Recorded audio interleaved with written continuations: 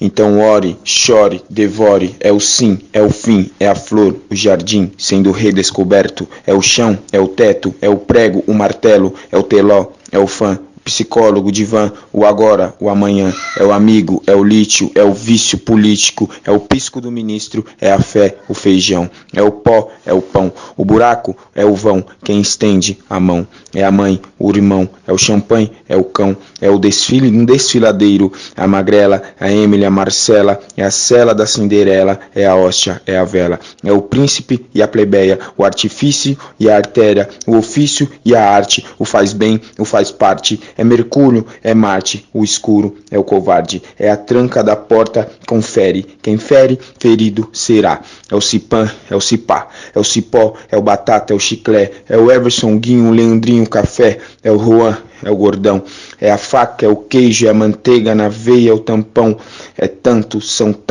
santos, santinhos, santinhas, santios, são tias, são raios de frio, é calor, choque térmico, é envelope, epilético, envelopa, hipnose, é a ótica, é a lógica, é o fuja, a coruja, caiu como uma luva, também como a coruja, se a fome sem freio, como a uva da vida, e a vida te dá. O eleito, o prefeito, o sujeito brasileiro, leigo, alheio, preto, hispânico, branco, em pânico, em estado islâmico, é a lama que escorre, é a bomba que explode, é a droga overdose, é a gente que sofre. Então olhe, chore, devore. Então tá começando o Lugar de Quarentena. Os tempos são de pandemia e como acontece em todas as feridas, a cura vem pelas bordas. A gente tá fazendo esse podcast para entender e compartilhar as diferentes vivências e impactos do Covid-19 nas periferias, partindo dos distritos de Parelheiros e Marcelário. Essa é uma realização do coletivo Arquiperifa, diretamente do extremo sul da cidade de São Paulo, que comunica na intenção de engajar a quebrada.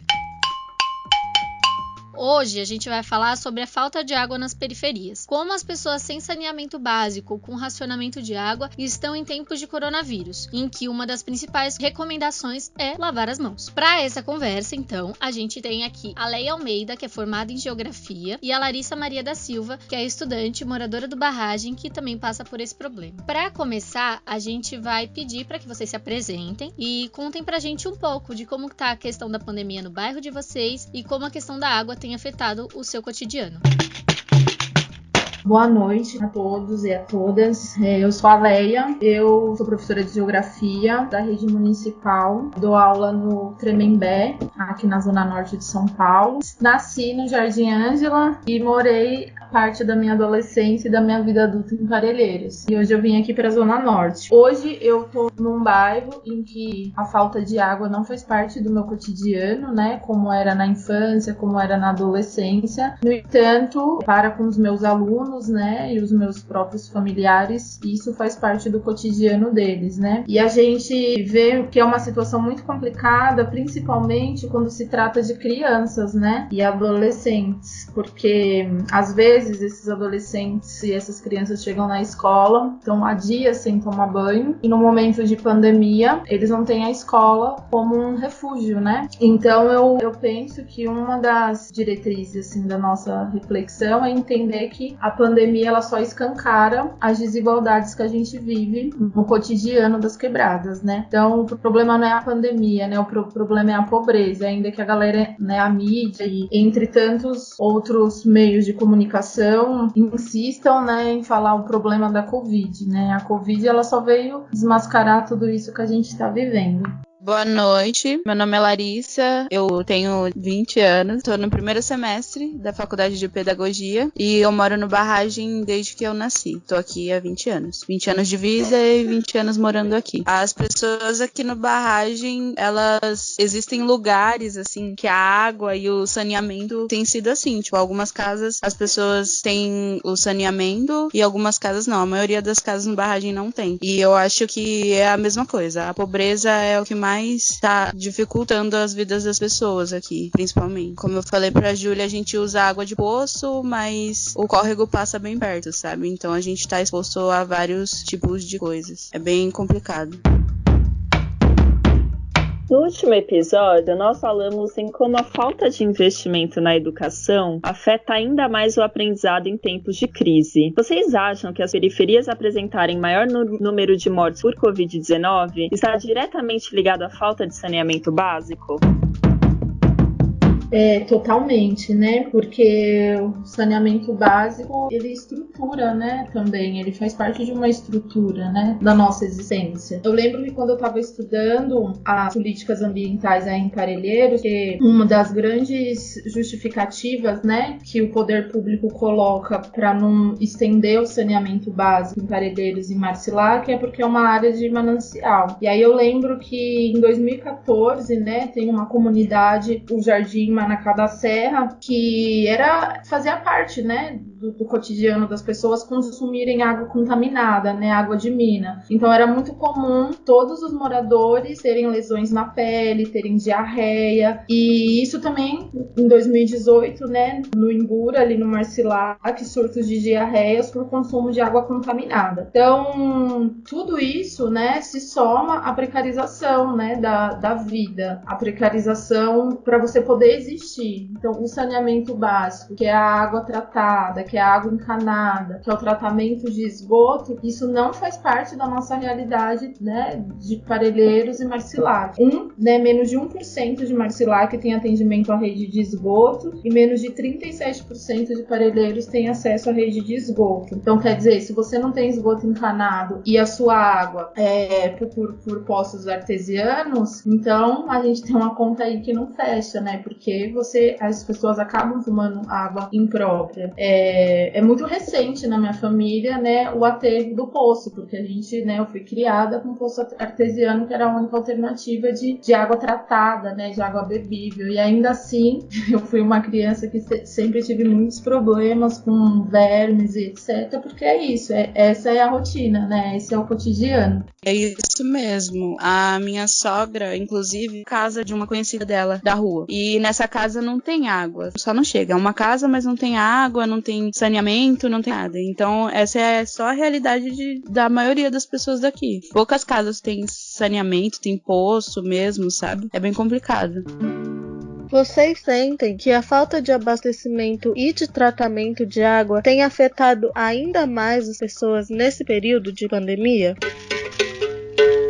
Tenho certeza que sim, porque, querendo ou não, né, a gente vive esse momento de pandemia, mas a gente fala de exceção permanente, né? Então, é uma pandemia, mas que para a população pobre, uma epidemia que é uma exceção, ela é permanente, né? Esse estado de exceção para a gente é permanente. Então, a falta de água, principalmente no cotidiano das pessoas, da periferia, dos extremos da cidade, ele faz parte, né? Faz parte da vida. Então, eu vou falar de terrorismo, mas não é bem a palavra, mas existe um terrorismo midiático, e pra gente que não tem acesso a esses serviços essenciais, a gente acaba caindo em um terrorismo, né? Porque como que você vai lavar a sua mão se você não tem água? Como que você vai lavar a sua mão se você não tem produtos mínimos de higiene? Como que você vai tomar um banho? Então, fica muito complicado existir, né, em todo esse processo. E essa precarização somada a essa pandemia, na verdade, ela só vem trazer e colocar à tona tudo que as pessoas já vivem, né? A gente fica olhando como que a mídia trata tudo isso, parece que a pobreza nunca existiu no Brasil. De repente as pessoas falaram, nossa, existe pobreza, as pessoas, né, não têm água. Então, antes disso não se falava, né, que no morro, que na favela, que na periferia as pessoas, né, não tinham água. Hoje as pessoas estão discutindo, hoje isso é pauta do dia. Então, tá muito para além da pandemia, né? Eu acho que isso é um lance que a gente tem que sempre bater na tecla, né?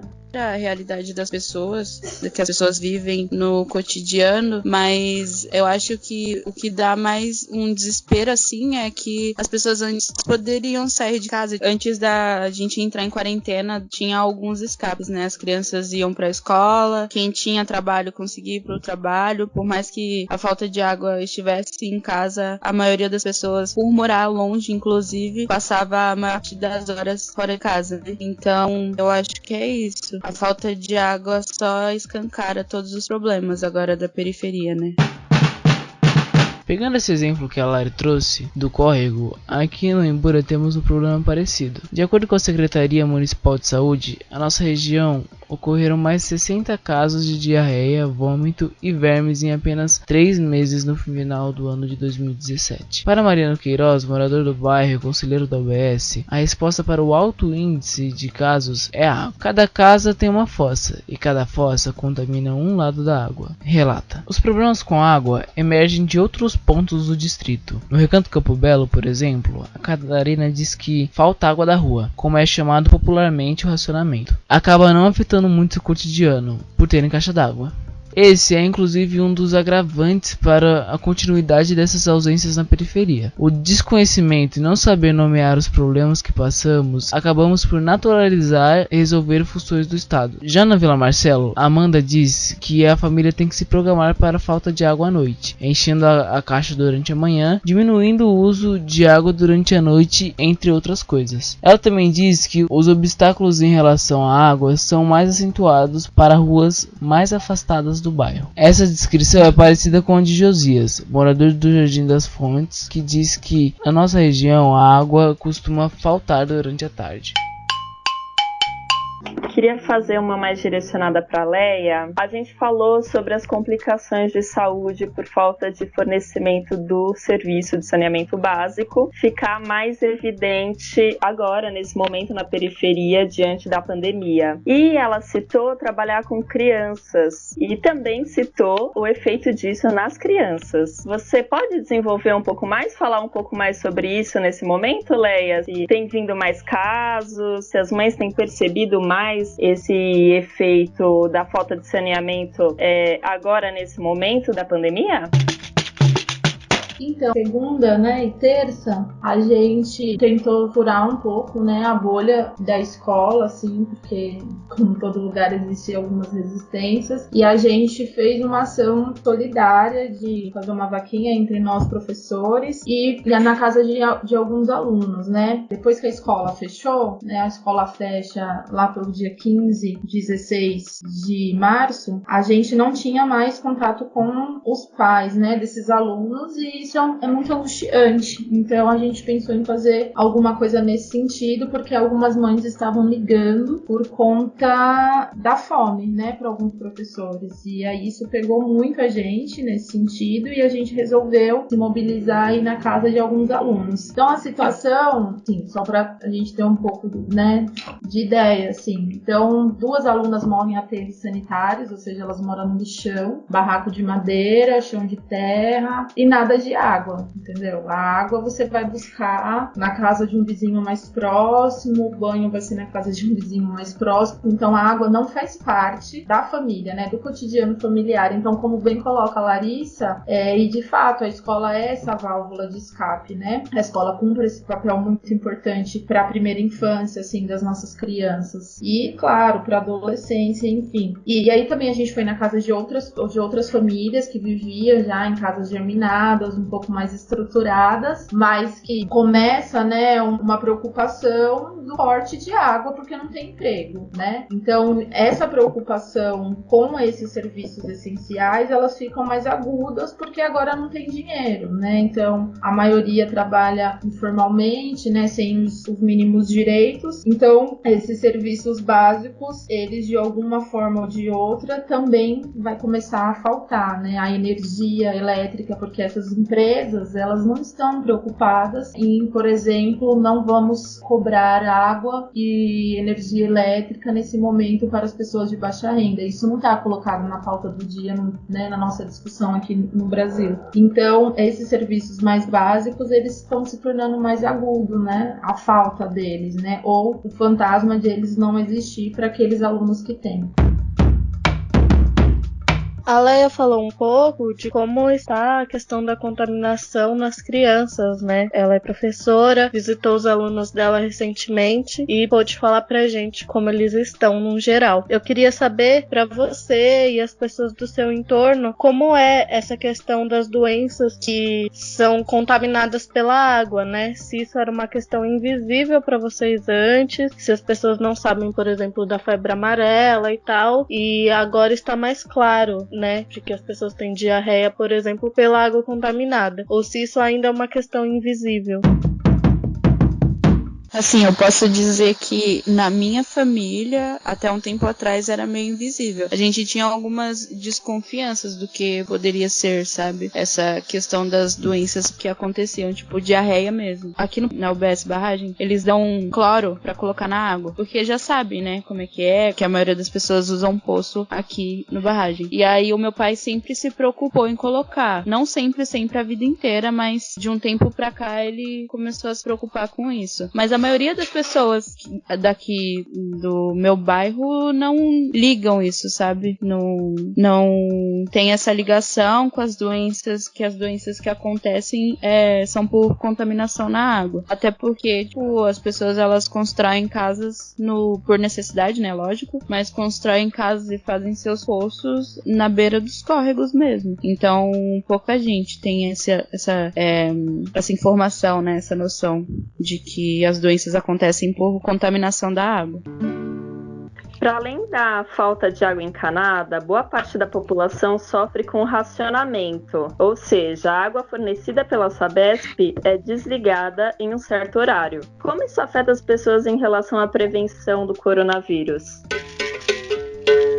Também, né, é uma ação, né, um fato que eles se autoalimentam, né, então o fato da gente não ter água, ou essa água ela ficar, né, com a pressão menor, enfim, aqui onde eu moro, aqui na Zona Norte, que é diferente também, né, de Parelheiros e Marcilac são as periferias mais longe, assim, de algumas centralidades, né, mas aqui rola muito, só para dar um exemplo, como os bairros de classe média alta, que eles são bem próximos dos bairros muito pobres, então às vezes a água, né, o racionamento ele existe, mas no bairro exatamente do lado, né, às vezes é uma rua que separa a favela, né, normalmente onde moram os nossos alunos, e uma população com um poder aquisitivo maior. Então, às vezes acontece de não ter água em uma rua, né, e na outra rua, onde a classe mais abastada habita, ter água, né, a energia elétrica a mesma coisa, então a energia fica mais fraca em um certo horário,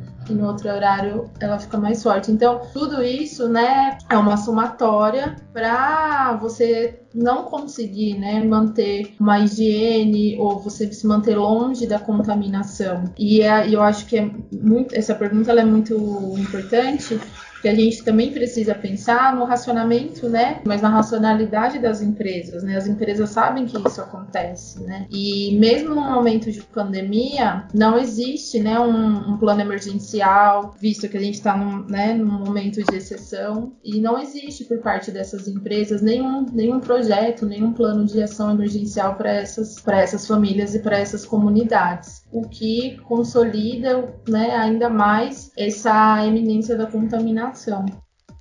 Sendo sincera com todos vocês, em 20 anos de barragem, eu nunca ouvi falar que uma casa tinha os serviços, né, da Sabesp. Acho que nem estabelecimento mesmo. Ou é água de poço, né, as casas que tem poço, ou a gente usa essa água do poço, ou não tem. E o que a gente sofre mesmo é se demora muito pra chover. E aí, os lugares mais altos do barragem, né, o poço demora pra encher, aí ele seca, aí a gente sofre com falta de água, mas eu tô meio que privilegiada nesse sentido, porque eu moro num lugar baixo e aqui nunca faltou água, mas assim, serviço de Sabesp mesmo, nunca ouvi falar. Bom, a gente tá falando de racionamento, falta de saneamento e como essas questões são problemas estruturantes da periferia há muito tempo, né? Não de agora. A Bianca Santana, uma pesquisadora de raça e gênero e militante da rede de cursinhos populares Uniafro, aponta que esse desabastecimento que potencializa doenças é característico do racismo ambiental, que segrega pessoas negras a viver em territórios mais vulneráveis aos acontecimentos climáticos. Ela salienta que a falta de investimento em saneamento básico tem impacto direto na prevenção ao coronavírus. A primeira recomendação é lavar as mãos com água e sabão. Se nesses lugares muitas vezes não tem esgoto, saneamento básico, não tem água encanada ou não tem acesso a ela o tempo todo, como é que você vai lavar as mãos? Questiona. Eu trouxe essa reflexão porque a gente está falando nesse debate inteiro como é um problema estruturante a gente não ter serviços básicos, a gente não ter vários acessos, ainda mais se agrava com a questão de raça. E eu queria saber como vocês veem essa colocação. Uma pergunta bem pertinente, né, para o dia de hoje, dia 13 de maio, dia da abolição inacabada, ou da falsa abolição, ou da maior fake news desse país, né? A ideia de racismo ambiental, ela é muito pertinente, né, quando a gente fala da nossa região, né, Parelheiros e Marcilac, e até mesmo Grajaú. Dos 26 distritos da cidade de São Paulo, Parelheiros é o distrito mais negro, né, da nossa cidade. 57,1% de Parelheiros é composto de negros e pardos, enquanto que Pinheiros, na Zona Oeste, é composto de 7,3%, né, dados do censo do IBGE de 2010. E aí, se a gente pega os dados que apenas menos de 37% da população de Parelheiros tem acesso à rede de esgoto, a gente consegue, né, tecer aí algumas reflexões muito pontuais, muito vivas do que é o racismo ambiental. Então, a população negra, ela está na periferia, ela está nos extremos da cidade, né? Ela está nas favelas. E são justamente esses lugares que não têm acesso, ou seja, à água tratada, ou não têm acesso à rede de esgoto, ou as duas, né? Ou não têm acesso à coleta, né, de lixo. Eu lembro exatamente a época que chegou, né, a coleta de lixo na minha rua, né? A minha rua não tinha, a minha família é do Recanto Campo Belo. Então, a coleta de lixo chegou, eu já era quase adolescente, né? A gente tinha lixão, né? O nosso cotidiano de criança dos anos 90 foi brincar nos lixões. E isso permanece ainda hoje, né? Em alguns lugares, porque não era muito distante da gente que era criança ter vários problemas de pele, né? Você ser uma criança com várias manchas no rosto, né? Então, tudo isso fez parte da nossa infância. Então, a ideia de raça, a ideia de classe, ela está intimamente ligada com os lugares que a gente mora, os lugares que a gente pode morar, né? Os lugares que a gente acessa. Eu acredito, sim, que o racismo ambiental, na verdade, as pessoas negras, elas estão num lugar mais vulnerável, né? E aí isso liga à falta de saneamento e falta de tudo. As pessoas negras estão mais na periferia e é na periferia onde não chega as coisas, não chega o saneamento, não chega a água, e são poucas as coisas que chegam. E ainda chega muito escasso. Então, é isso. Amigas, é o seguinte, a gente está encaminhando para o final. Tem muita coisa para se falar sobre esse assunto, né? Tem muita coisa para se refletir sobre esse assunto. Acho que esse termo do racismo ambiental é um termo novo, mas ele não acontece de agora. Então, queria mais que vocês dessem uma palavra final pra gente, alguma coisa que vocês queriam dizer, coisas que vocês acham importantes pra gente encaminhar o nosso podcast pro final, tá bom? Bom, em primeiro lugar eu queria agradecer, né, participar. É bem massa fazer essa prosa, né, de um jeito horizontal, de um jeito gostoso e pensar, né, sobre tudo isso que está acontecendo, mas pensar nas bordas, né, e é justamente nas bordas que eu acho que a gente está tramando também, né, um resgate de solidariedade, um resgate de olho no olho, ainda que a gente esteja nesse lugar da pandemia. O projeto de Estado, né, que a gente conhece, quem mora na periferia, é o projeto de violência, o projeto de genocídio. É assim que o Estado chega na periferia, né? O Estado não chega na periferia com serviços essenciais para a sobrevivência das pessoas. E quando chega é através de muita luta, né? Anos 80, anos 90, né, fala sobre isso, né? A gente pegar aí alguns escritos, alguns documentos das igrejas católicas históricas, a gente consegue perceber isso. Então, a gente chega numa pandemia e que várias comunidades, várias quebradas estão na autogestão, estão se solidarizando. E eu acho que a gente pode tentar tramar aí nas periferias, pode tramar, né, nas quebradas. Eu acho que essa pandemia ela deixa esse lugar aí que nós somos potentes, né? Eu acho que isso trouxe essa esperança de novo. Eu queria agradecer a oportunidade de rolar essa conversa e queria falar sobre a importância dessa conversa mesmo, sabe? Eu vivo aqui no Barragem há muitos anos e é muito bom a gente debater sobre isso, porque eu sempre me senti meio conversar com as pessoas que moram só um pouquinho mais pra frente, do Varginha pra lá já é uma realidade bem diferente do que é morar. Então, acho que é muito importante a gente discutir e conversar bastante sobre isso. Queria dizer que a gente precisa se cuidar. Infelizmente, a gente fica um pouco mais ansioso e mais medroso. E também tudo isso, né? Fome, saneamento básico, são várias coisas para se preocupar. E eu queria só pedir que a gente se cuide e fique bem, como for possível, né? É isso. Eu queria primeiro agradecer a presença de vocês. É muito importante ter a voz de vocês aqui com a gente hoje. É importante salientar também que as matérias que foram citadas pelo Arquiperifa hoje foram tiradas tanto da Agência Mural das Periferias quanto do Periferia em Movimento. Caso alguém queira acessar alguma dessas matérias, está nessas plataformas. O Arquiperifa entende que uma narrativa não dá conta de cobrir a diversidade de experiências existentes. E é daí que surge o lugar de quarentena, né? A gente lembra que as opiniões expressas pelos nossos convidados também não refletem necessariamente as opiniões e posicionamentos do coletivo. Os nossos episódios são publicados quinzenalmente às sextas-feiras, às 19 horas. Quem puder seguir o Arquiperifa nas redes, é só buscar a gente no Facebook e no Instagram. A vinheta da vez foi na voz do Mastô Nazoteles, produtor cultural que se diz quebrada, sabe o preço de tudo e o valor de nada. Filho de Sandra, neto de Adriadne Bruxa Amor, cujo a lenda reza ser poeta. O título da poesia é Ore sobre as Águas. Fortaleça o corre dos artistas periféricos. Procura lá no Face e no Insta. Mastô, com TH, Nazoteles, para ler e prestigiar o trampo dele. O eleito, o prefeito, o sujeito brasileiro, leigo, alheio, preto, hispânico, branco, em pânico, em estado islâmico, é a lama que escorre, é a bomba que explode, é a droga overdose, é a gente que sofre. Então olhe, chore, devore. Se cuidem, como disse a Larissa, fiquem ligados e até mais.